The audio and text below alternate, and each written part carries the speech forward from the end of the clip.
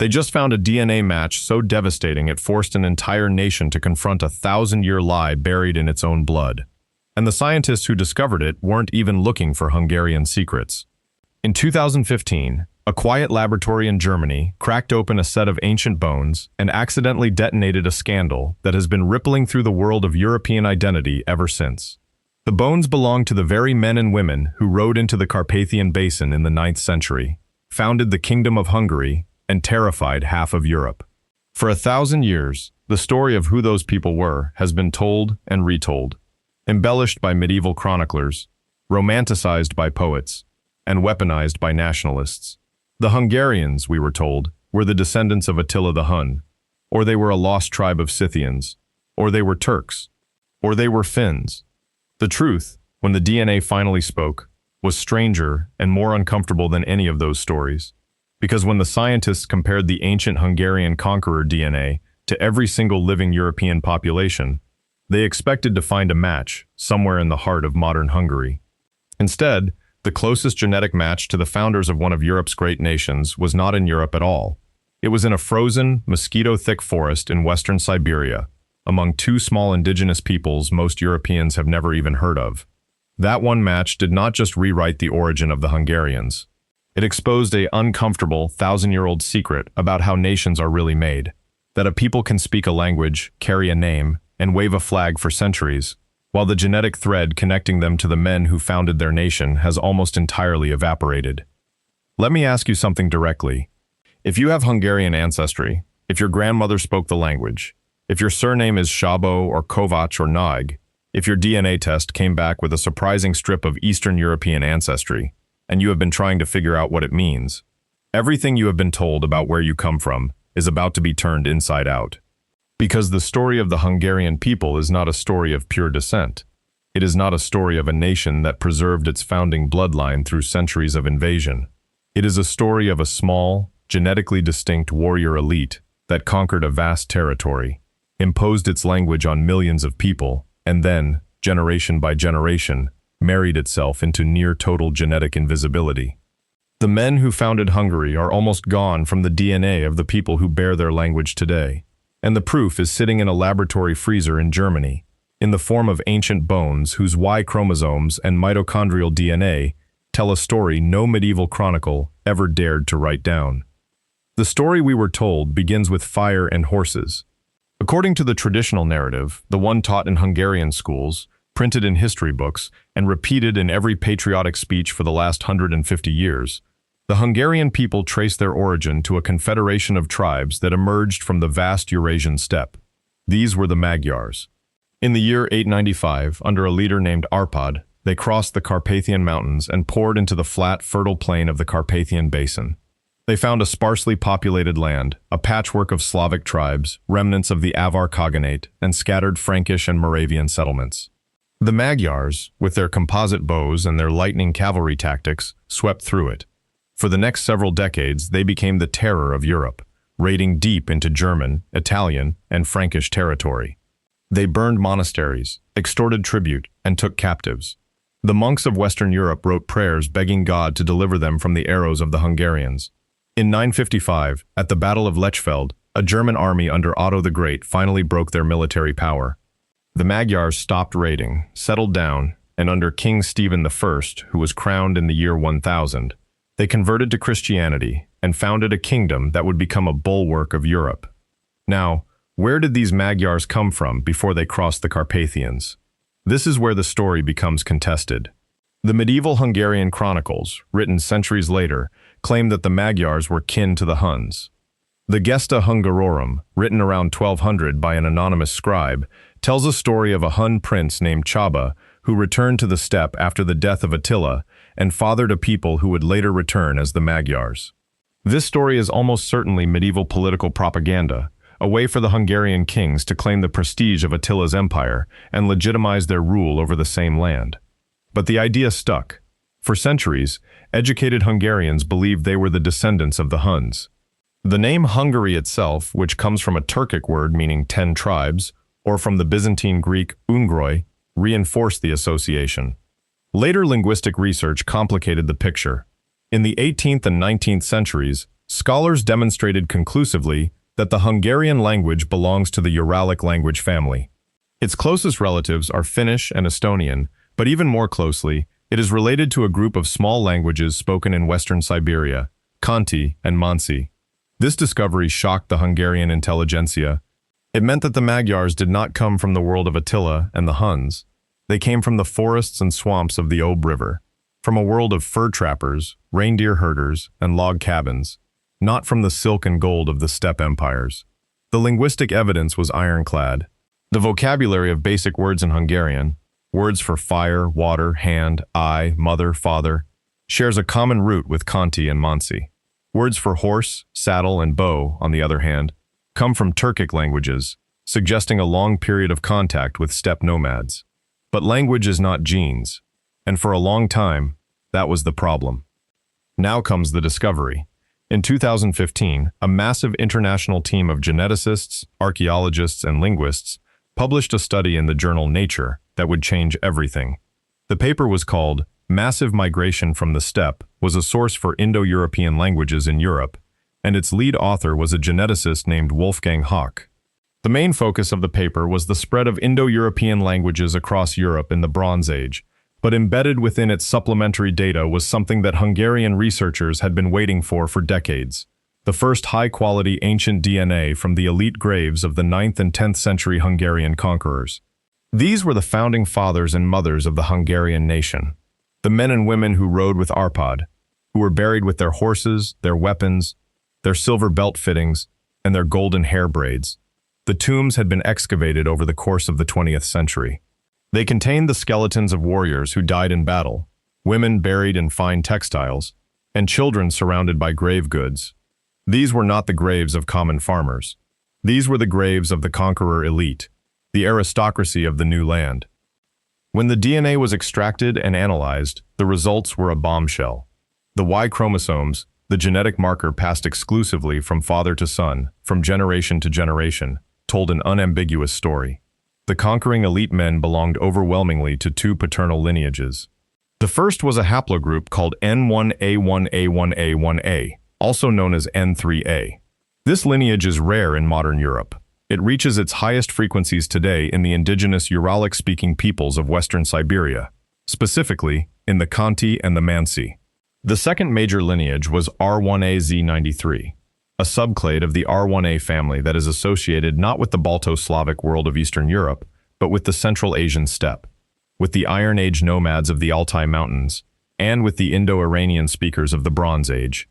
These two lineages, appearing together in the graves of the Hungarian conqueror elite, told a story of fusion, a people whose paternal ancestry came partly from the Uralic-speaking forest dwellers of Siberia, and partly from the steppe nomads of Central Asia.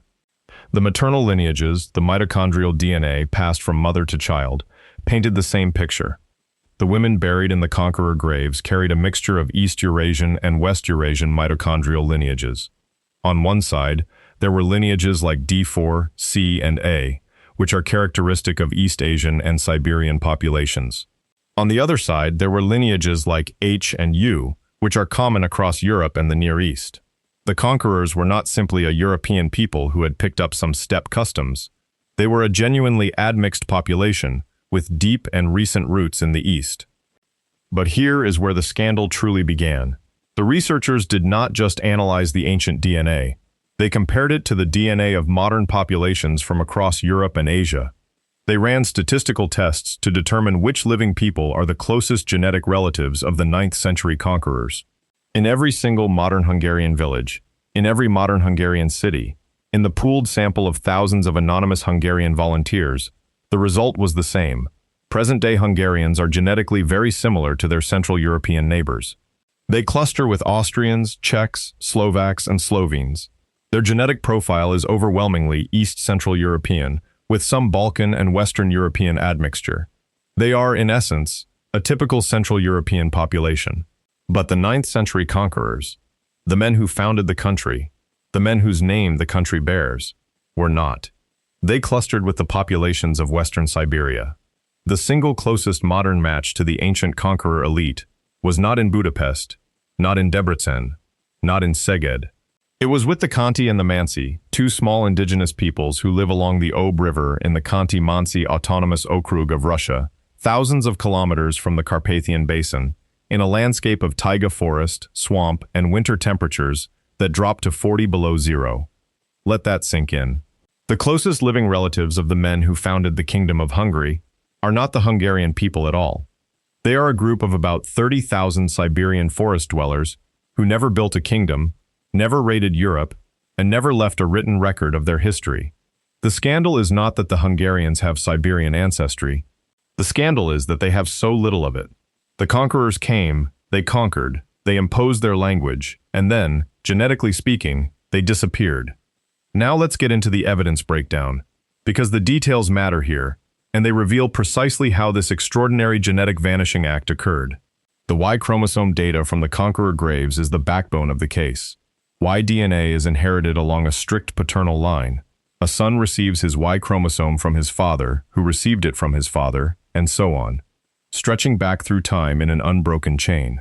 In a population where a small elite of powerful men monopolizes reproduction, where the chieftains and their sons take multiple wives and concubines, and where lesser men are killed in battle or reduced to servitude, the Y chromosome lineages of that elite can spread like wildfire.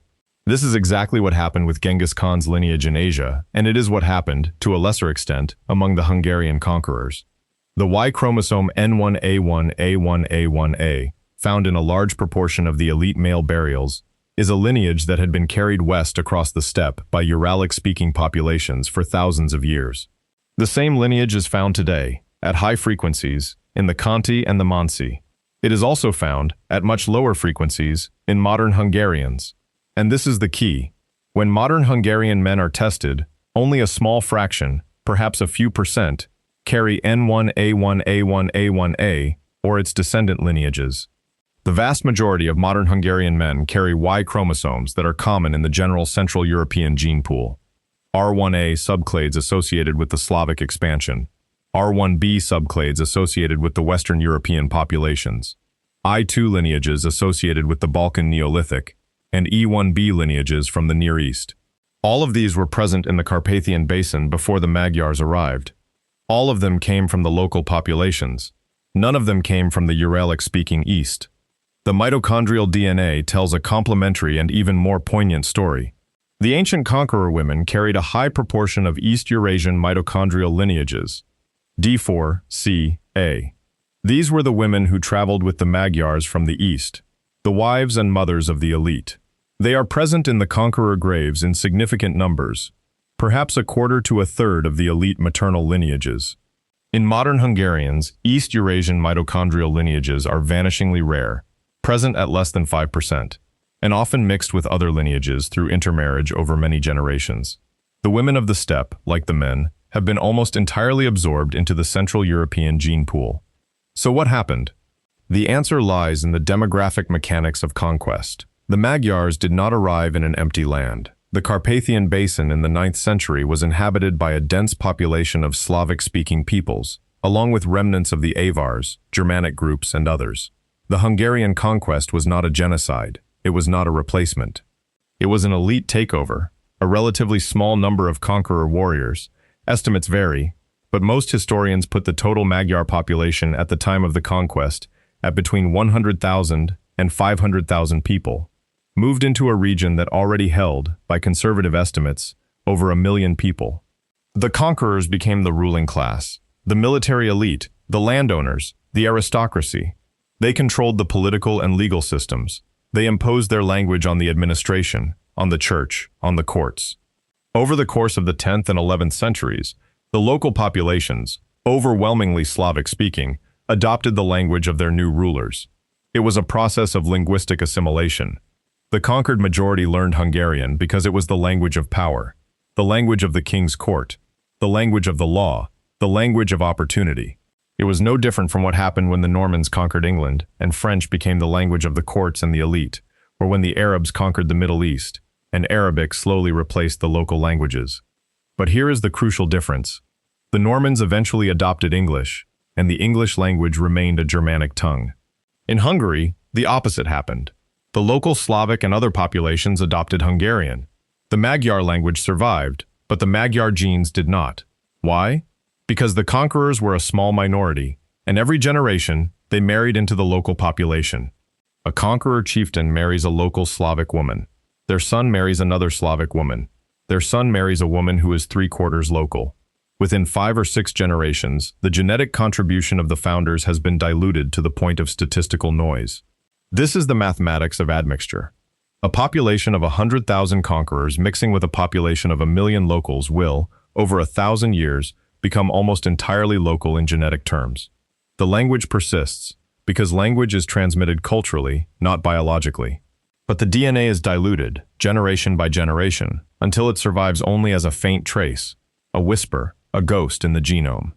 And this is the part that has scandalized so many people. When the Nature study came out, and when subsequent studies confirmed and refined its findings, the reaction in Hungary was explosive. The myth of Hun descent had already been mortally wounded by the linguistic discoveries of the 19th century. But the idea that the Hungarians were a unique people, distinct from their Slavic and Germanic neighbors, with a deep continuity going back to the steppe, was still powerful. The DNA evidence demolished it. It revealed that modern Hungarians are, genetically, Central Europeans. The conqueror component in their DNA is small, roughly 10 to 15%, and that estimate is approximate and varies depending on the precise methods and populations used. It is enough to be detected, enough to be a legitimate part of their heritage, but not enough to make them a steppe people in any meaningful genetic sense. The closest living relatives of the conquerors are the Conti and the Mansi. The closest living relatives of modern Hungarians are the Austrians, the Czechs, the Slovaks, and the Slovenes. The two statements are both true. The disconnect between them is the entire story. Let's dwell on the Conti and Mansi for a moment, because they are the unwitting protagonists of this revelation. Who are they? They are 2 small Uralic-speaking indigenous peoples who live in the Conti-Mansi Autonomous Okrug of Russia, a vast region east of the Ural Mountains, drained by the Ob and Irtysh rivers. They number roughly 30,000 and 12,000 respectively. They are traditionally reindeer herders, hunters, and fishermen. Their religion, before Christianization and Soviet repression, was shamanistic and animistic. Their languages are the closest living relatives of Hungarian. If you listen to a recording of a Conti elder speaking, and you listen to a recording of a Hungarian farmer speaking, you will not immediately hear the connection. The vocabulary has diverged over 2,000 years or more, but the grammatical structure is the same.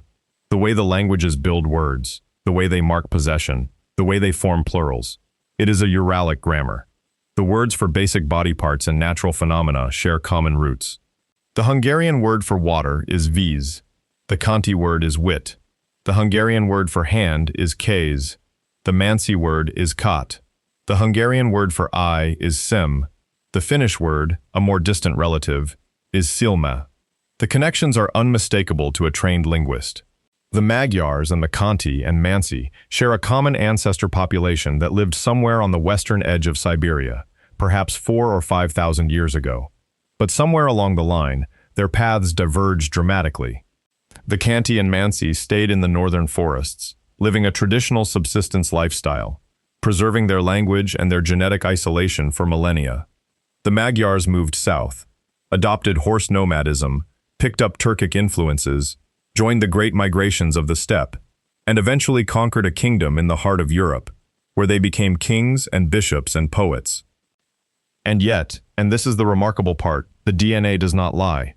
The Y chromosome N1A1A1A1A that appears in the elite male burials of the Hungarian conquerors is essentially the same lineage that is found in high frequency among the Conti and the Mansi today. In fact, in the Nature study and in subsequent work, when the ancient conqueror genomes were analyzed with statistical tools that assign ancestry proportions, the closest modern proxy for the Siberian component in the conquerors was precisely these 2 populations. Not the Finns, not the Estonians, not the Sami, the Conti and the Mansi. The match is specific. It is not a vague Uralic similarity. It is a concrete, measurable genetic continuity between a 9th century warrior buried with his silver belt and his horse, and a modern reindeer herder living on the Ob River. They are, in a very real sense, family. But here is where the story takes another twist, and this is the part that has become deeply uncomfortable for some. The conqueror elite were not just Conti and Mansi relatives. They were also, in a very significant proportion, steppe nomads. The Y chromosome R1A to Z93, which appears alongside N1A1A1A1A in the elite graves, is not a Uralic forest lineage at all.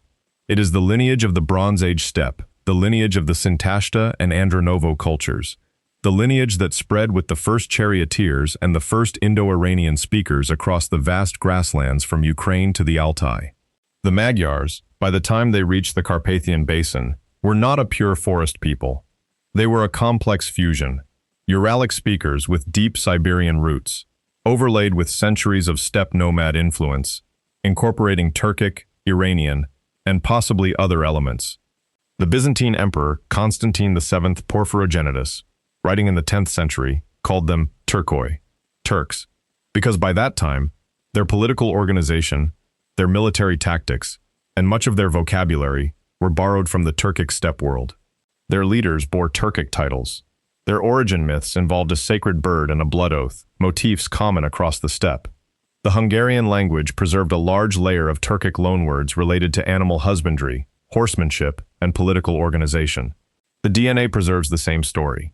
A people of Uralic origin who spent centuries on the steppe, intermarrying with the nomad populations around them, before descending on Europe.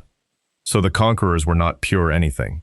They were a product of the Great Eurasian Mixing Zone, a people shaped by the forest and the steppe, by the Urals and the Altai, by Uralic, Turkic, and Iranian influences.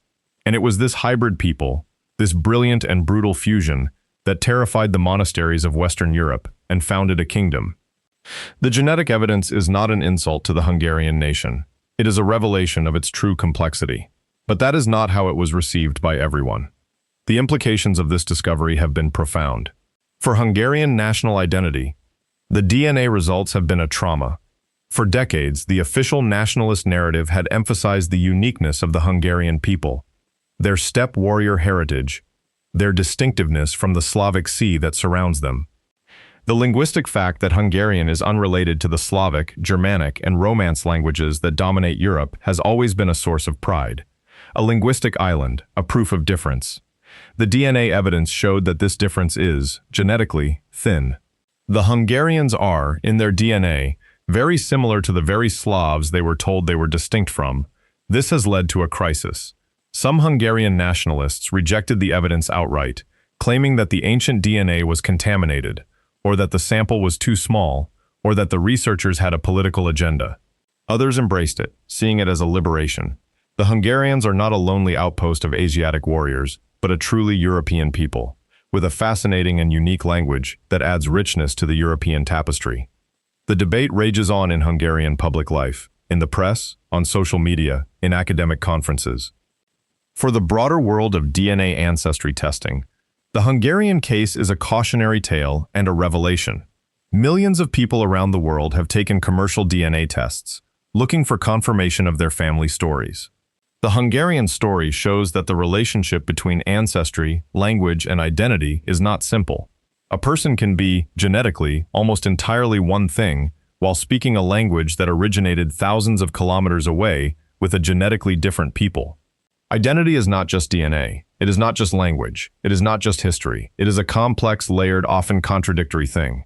The modern Hungarian who discovers that he carries a small percentage of Siberian ancestry is not discovering that he is Kanti. He is discovering that his ancestors, 1,000 years ago, included a small number of people who came from the Siberian forests, and that those people, against all odds, managed to pass on their language to millions of descendants who share almost none of their DNA. That is a remarkable, almost miraculous story. It is not a story of genetic purity. It is a story of cultural power, of linguistic persistence, of the strange ways in which history works. The expert corroboration for all of this is extensive. The 2015 Nature study by Hawk and colleagues is one of the most cited papers in ancient DNA research. But it is not the only one. Subsequent studies, including a major 2018 paper on the genetic origins of the Hungarian conquerors and a 2020 study of the population history of the Carpathian Basin, have refined the picture without fundamentally changing it. The geneticists are consistent. The conquerors were a distinct population, related to modern Kanti and Mansi and to ancient steppe populations, and modern Hungarians are predominantly the descendants of the pre-conquest locals. The linguists have been saying the same thing for 150 years. The archaeologists have now weighed in, finding evidence of a mixing zone in the Ural region, a cultural bridge between the forest and the steppe, where the Magyars coalesced before their long migration. The medieval chroniclers, for all their embellishments, preserve a memory of an Eastern origin, a memory of a people who came from somewhere beyond the forests. The pieces all fit together. The scandal is not that the story is false. The scandal is that the story is more complex and more human than anyone expected. Let's talk about what this means for you, the viewer, because that is ultimately why this matters. If you are of Hungarian descent, you may have taken a DNA test and been surprised by the results. You may have expected to see a large Siberian or Uralic component, a sign of your steppe ancestry. You probably did not see much, maybe 5%, maybe 10%, maybe nothing at all, because the reference populations used by the testing companies don't always capture ancient admixture well. You may have felt confused, even betrayed. Was the family story a lie? Were you not really Hungarian after all? The answer is no. You are exactly as Hungarian as anyone else who speaks the language, carries the culture, and identifies with the nation. The DNA is just one part of the story. And that part, small as it is real. The fact that you carry even a few % of Conti-related ancestry means that you carry a direct biological link to the men and women who founded your country. You carry the ghost of the conquerors in your genome. It is a faint trace, but it is there. And the other 90%, the Central European, the Slavic, the Germanic, the Balkan, that is the ancestry of the people who lived in the Carpathian basin for thousands of years before the Magyars arrived, the people who adopted the Magyar language and became Hungarian themselves. Both are your ancestors, the conqueror and the conquered, the Siberian hunter and the Slavic farmer, the steppe nomad and the Romanized provincial. They all contributed to the person you are today. If you are not of Hungarian descent, the lesson is just as relevant. Every nation on earth has a story like this, lurking in its DNA. The English, we now know from ancient DNA, are a mixture of Bronze Age Britons, Anglo-Saxon migrants, Danish Vikings, Norman French, and countless others. The Spanish have deep North African and Jewish ancestry that was hidden for centuries. The Turks, the subject of their own DNA scandal, are genetically much closer to the Anatolian Greeks and Armenians than to the Central Asian Turkic speakers who conquered the region in the 11th century. The pattern is universal. Conquests, migrations, intermarriage, and assimilation have shaped every human population. The myth of the pure nation, the idea that a modern people are the direct, unaltered descendants of a founding population, is almost always a myth. The Hungarian case is simply one of the most dramatic examples, because the founders and the modern people are so genetically different, and yet the language, the most powerful marker of identity, persists. It is a case study in the difference between biological ancestry and cultural identity, and it should humble anyone who thinks that a DNA test can tell them who they really are. The resolution, then, is this. The ancient Hungarian conquerors were a remarkable people, a fusion of Uralic forest dwellers and Central Asian steppe nomads, who conquered a European kingdom and founded a nation that has survived for over 1,000 years. Their closest living genetic relatives are not the modern Hungarians, but the Conti and the Mansi, two small Siberian peoples who share their Y chromosomes and their maternal lineages, and who are the last living links to the world the Magyars left behind. The modern Hungarians are, in genetic terms, a Central European people, descended mostly from the pre-conquest inhabitants of the Carpathian basin, who adopted the language and identity of their conquerors, and became, in every cultural and national sense, Hungarian.